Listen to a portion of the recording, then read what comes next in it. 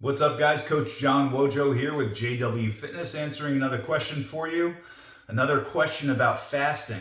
Hello, fitness pals, wondering about intermittent fasting. Nailed those 14-hour fasts, but here's the scoop. I sneak in 2 soy milk coffees. Does that still count, or do I need to crank up the strict mode? Share your wisdom. All right, well, fasting, there is nothing special about fasting. There is nothing that fasting is going to do for you that traditional means of calorie restriction is not going to do for you. And I would argue in favor of traditional means of calorie restriction.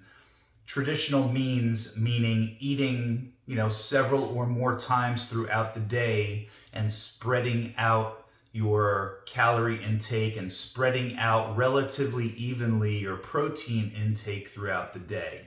That is going to go a long way to preserving your muscle mass and or gaining muscle mass, which is a critical component of your overall fat loss strategy.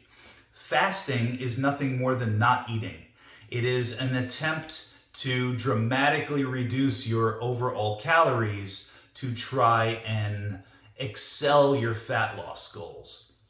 So yes, obviously you stop eating, and if you're successful at not eating for 48 hours in a row, and then you go back to eating at maintenance or less than, then yes, of course, you've succeeded in dramatically reducing your calories, and over time, yes, that might help with your fat loss goals, but it's also going to be detrimental to your muscle retention goals and or even your muscle gain goals. So I personally feel like there's no need to get impatient with the process and start starving yourself for days at a time, because I believe in the long run it's counterproductive. And I've said this before in other videos, it's counterproductive for most people.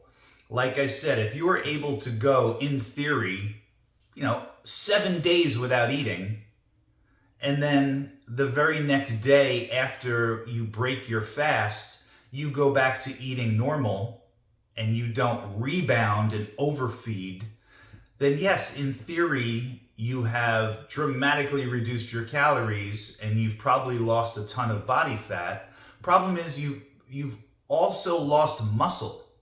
So any way you slice it, I just think it's just not the best approach for sustainable fat loss and muscle retention.